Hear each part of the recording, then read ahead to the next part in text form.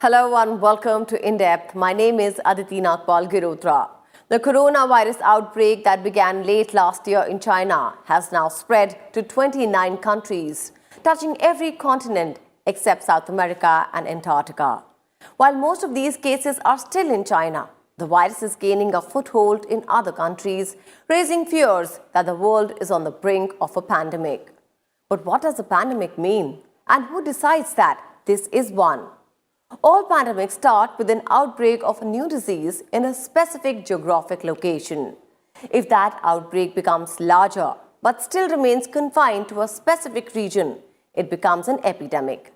At that point, the WHO may declare a public health emergency of international concern to raise awareness about it.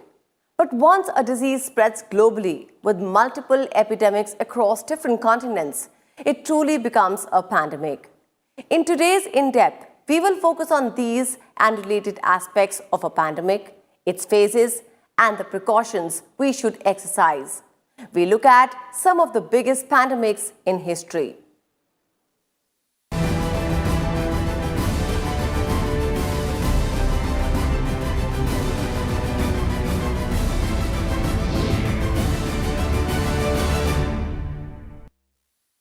With more cases of COVID-19 emerging from across the world, including Iran, Europe, United States, UK, South Korea, and the Middle East, among others, some health experts are warning that the disease is now at pandemic stage.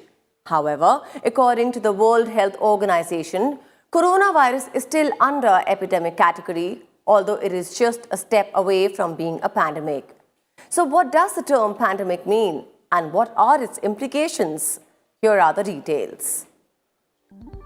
As COVID-19 continues to spread around the world, news reports are talking more and more about epidemics and pandemics. The two terms seem related, but they differ to different things. Pandemic is derived from the Greek pan all, while demos indicates people. The word indicates a disease that is spreading in multiple countries and continents at the same time. However, pandemic refers to only the spread of a disease and not its potency or deadliness. The World Health Organization defines the term as an outbreak of a new pathogen that spreads easily from person to person across the globe. This means a disease outbreak will be a pandemic when it affects a wider geographical area, often worldwide. Pandemic also has self-sustaining lines of infection, which means it can spread in a healthy state without outside assistance. According to public health experts, an influenza pandemic occurs when a new influenza virus spreads around the world and most people don't have immunity. Viruses that have caused pandemics in the past typically originated from animal influenza viruses. Some aspects of influenza pandemics can appear similar to seasonal influenza, while other traits may be quite different. When an influenza pandemic is rare, they do reoccur periodically. In epidemiological terms, there are three closely related terms. First is the outbreak. When a disease erupts unexpectedly, we call it outbreak, and when it erupts beyond the expected limit, it is known as epidemic. And when epidemic grows widespread and possibly involves the patients from different continents, then it is known as pandemic. Some pandemics are worse than others. Going by WHO's description of pandemic phases, COVID-19 or the coronavirus is just a step away from being a pandemic but is still under epidemic category. But when is a pandemic declared and how it differs from an epidemic? Epidemic is a term that is often broadly used to describe any problem that has grown out of control. It occurs when an infectious disease spreads rapidly to many people within a country or location. However, a pandemic infects more people than an epidemic. Pandemic is often caused by a new virus or a strain of virus that hasn't circulated among people for a long time. Humans usually have little to no immunity against it, and it causes much higher numbers of death than epidemic. The virus spreads quickly from person to person worldwide. The influenza flu pandemic of 1918 to 1919 killed between 20 and 40 million people. It is one of the most devastating pandemics in recorded world history. The 2009 H1N1 influenza was a more recent global pandemic.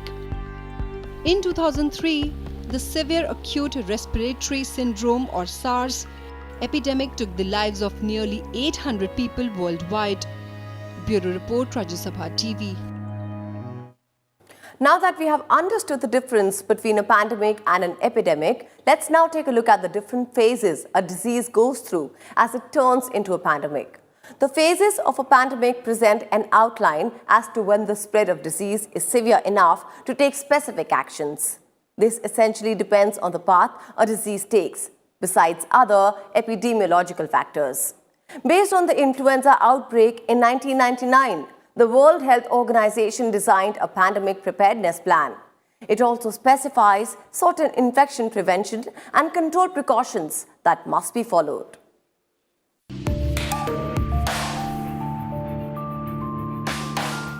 How an epidemic spreads enough to turn into a pandemic varies on the basis of the pathogenesis or pathway of a disease and other epidemiological factors.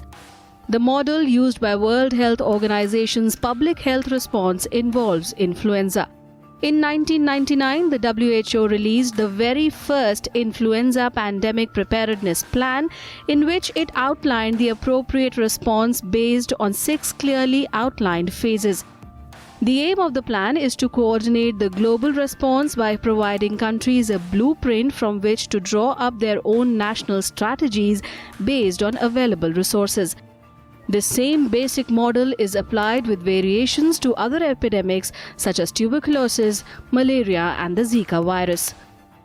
WHO has declared this COVID-19 as a public health emergency of international importance. So that is there. I mean, it has all the potential to become a pandemic, but as of now it is not a pandemic, and WHO is keeping a watch how it is spreading, how it is behaving, and if required then they might declare it pandemic in coming future. Phases 1 through 3 are designed to help public health officials know it is time to develop the tools and action plans to respond to an impending threat, while phases 4 through 6 are when action plans are implemented in coordination with the WHO.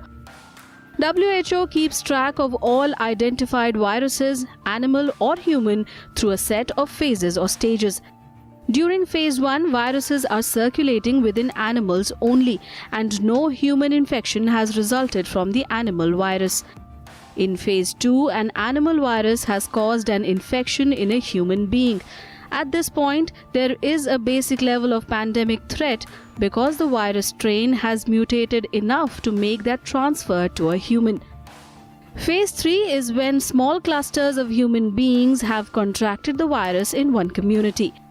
There is potential for the virus to spread if others outside that community come into contact with infected humans. At this point, the illness may be epidemic in that community, but it is not pandemic yet. In phase 4, human-to-human and animal-to-human virus transmission are causing outbreaks in many communities, and more people are getting sick.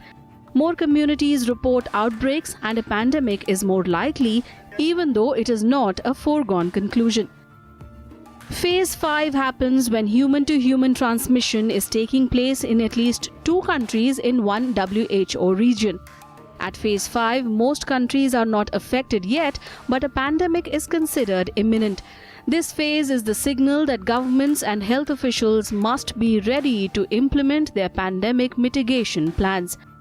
In phase 6, a global pandemic is underway, illness is widespread, and governments and health officials are actively working to curtail the spread of the disease and help their populations deal with it using preventive and stopgap measures. In the post-pandemic phase, after the increase in activity, the disease-spreading activity begins to wane. The key at this point is to be prepared to try to prevent a second wave. The time frame for each phase can vary significantly. Not all epidemics will progress to phase 6, and some may even revert if a virus spontaneously weakens. Usually, if WHO declares pandemic, then there are different measures they take, and basically it's for the whether it's a planning, it's evaluation, it's a treatment, it's containment of disease. They also issue the advisory what should be done, and depending on the regions and the countries, the different in the capacity building they work on that. Then if the country which is having poor resources, then if they require resources, they are moved to that country. Along with that, depending on the nature of pandemic, all the appropriate features, all the appropriate actions they take, so that we can contain the disease and we can check the spread of disease. Suppose if they need to close down the school, they will give advisory that okay, it is for certain duration the school may be closed, or there may be certain travel advisory when they say okay, either travel to this place is banned, or people what they have to take the precaution. I mean, if it is through large gathering, then they can say okay, avoid these gatherings, and how to prevent it, and then treatment. There are some standard precautions that must be followed as a rule by all patients and healthcare professionals in all healthcare settings. These precautions include hand hygiene, use of personal protective equipment, following respiratory hygiene, employing environmental controls including cleaning and disinfection, waste management, packing and transporting of patient care equipment, linen and laundry, and waste from isolation areas, and prevention of needle stick or sharps injuries. These precautions are intended to minimize the spread of infection associated with healthcare and to avoid direct contact with patients' blood, body fluids, secretions, and non-intact skin.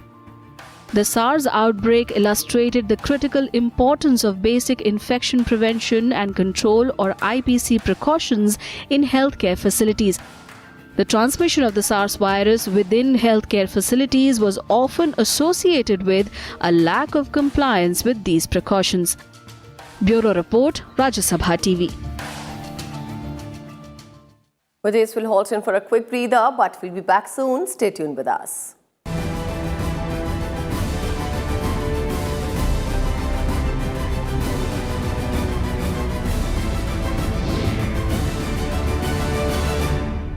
Watch The Big Picture with me, Frank Rausen Pereira, at 9:30 p.m.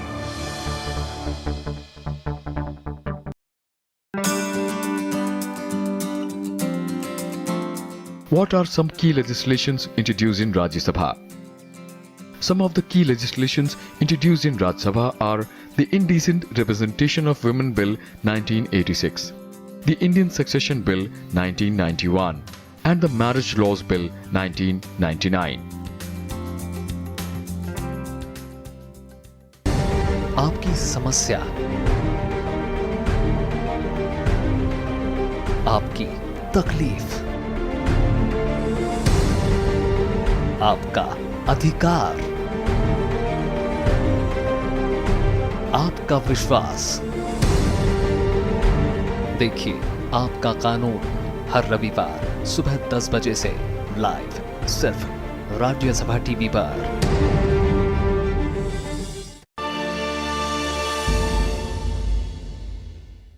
हमारे जीवन में जल का बहुत महत्व है, क्योंकि मैं ऐसे इलाके से आता हूँ।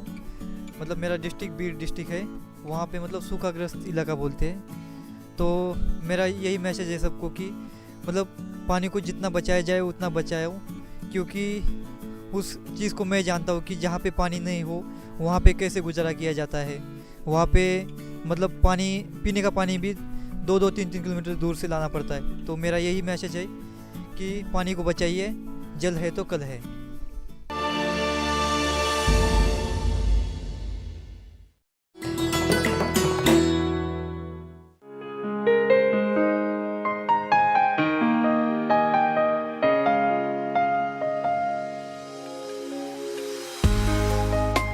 Prolific British poet and story writer Joseph Rudyard Kipling, one of the first masters of short stories in English. In 1894 appeared his Jungle Book, which became a children's classic all over the world. Kin, the story of Kimball O'Hara and his adventures in the Himalayas, is perhaps his most felicitous work published. Set in and concerned with India he had come to know and love so well. In 1907, Kipling became the first English language writer to receive the Nobel Prize for Literature.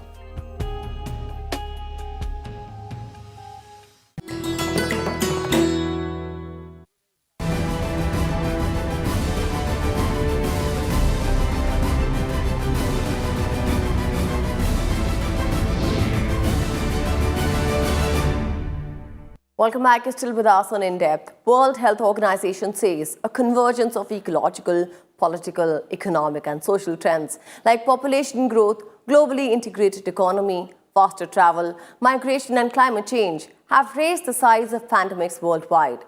In this report, let's take a look at some of the biggest pandemics in modern history.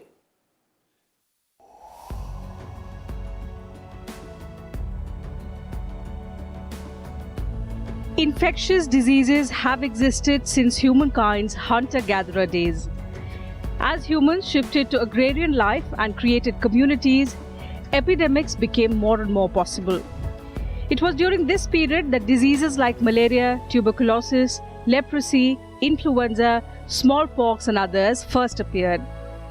Pandemics became more common as humans became more civilized, began to build cities, and forged trade routes to connect with other cities and countries.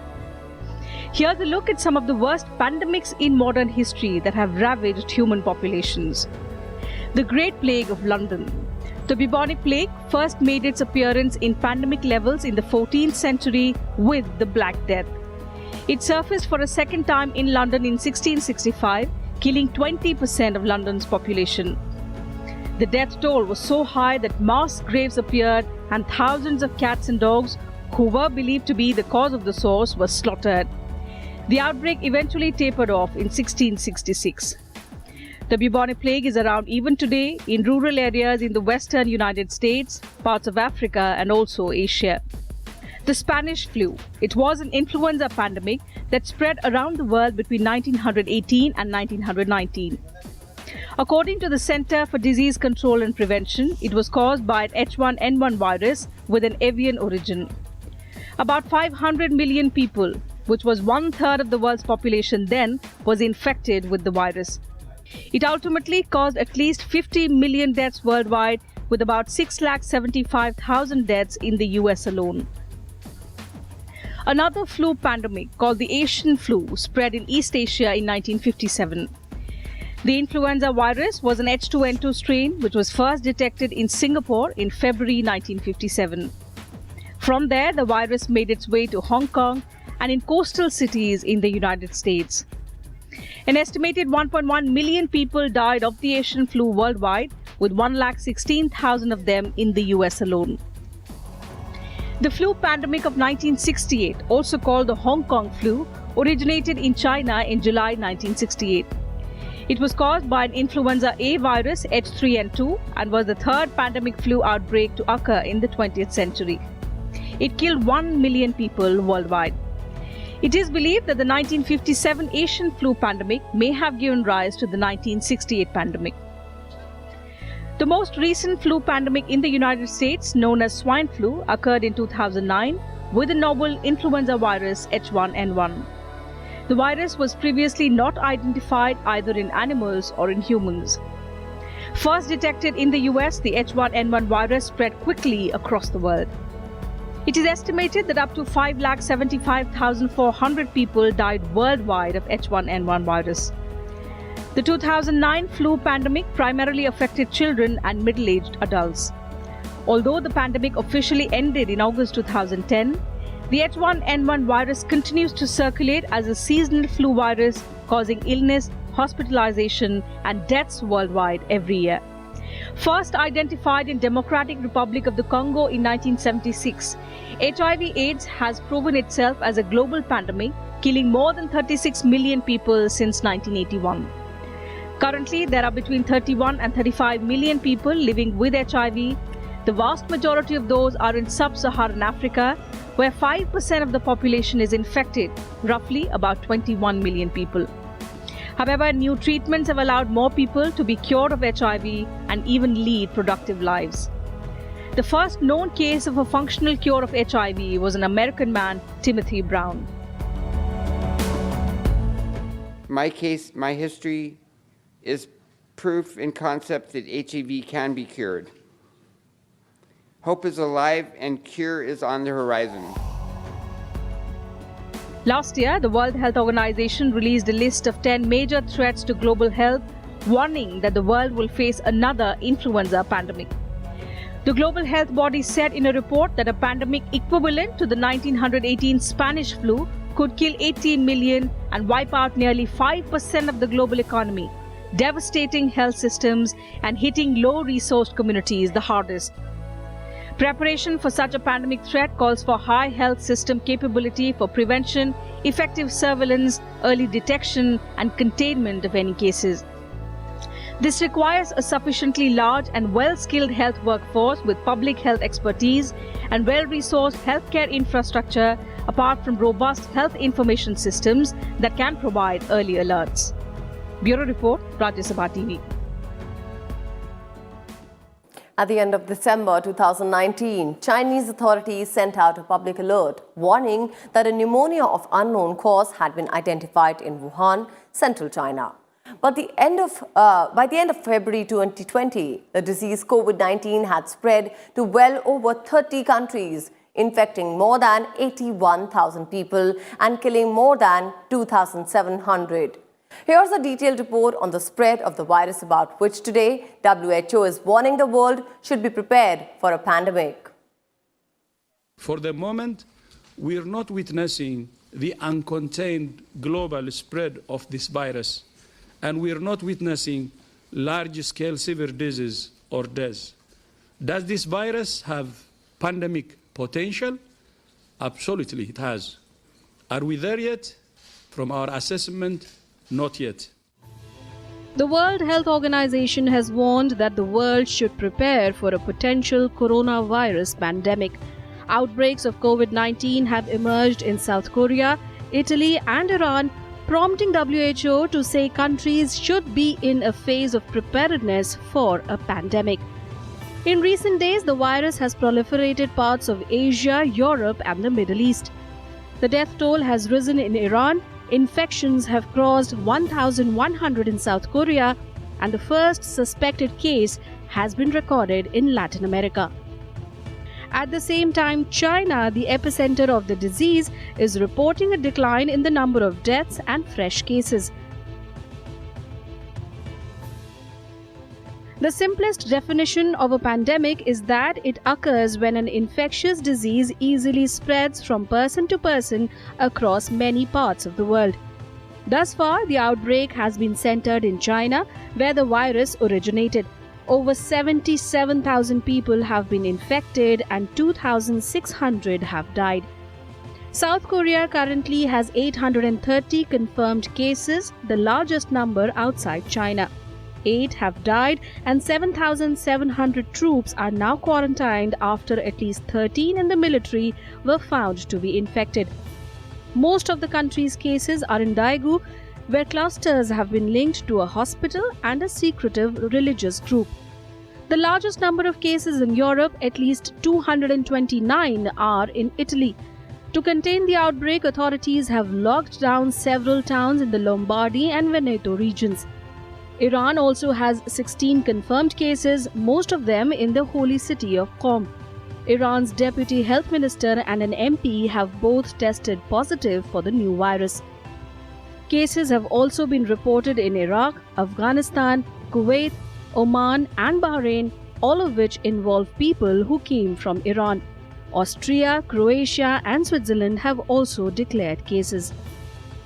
WHO is already working very closely with China, and information is being provided. Cooperation at the multilateral level is vitally important, especially in relation to public health issues. That countries have to be prepared for the virus literally knocking at their door, and medical authorities have to be ready, medical staff has to be trained, and there needs to be the protective measures for the population and the medical authorities at the same time.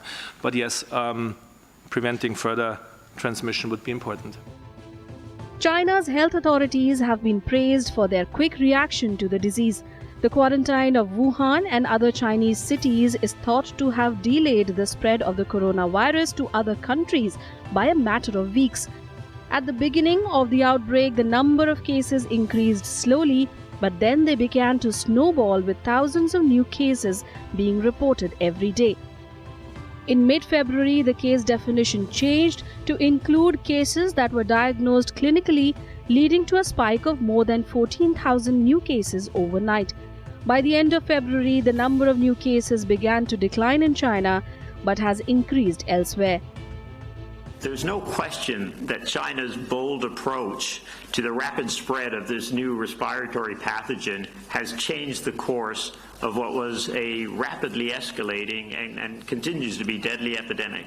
As far as the coronavirus is concerned, which is now called COVID-19, it is not pandemic, but there certain travel advisory has been already issued, and many countries they have stopped flights to China or certain cities of China.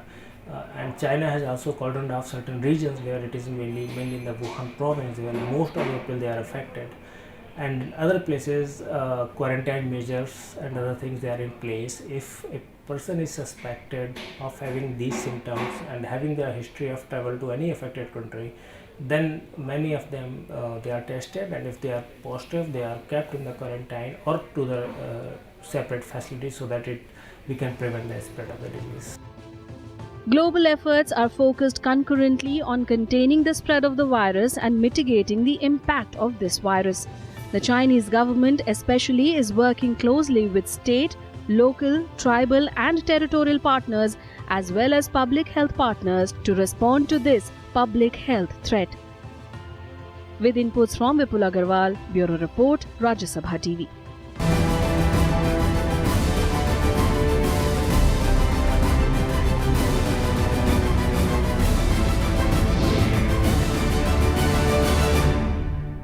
So with this, it's a wrap on this edition of In Depth. Thank you so much for joining us.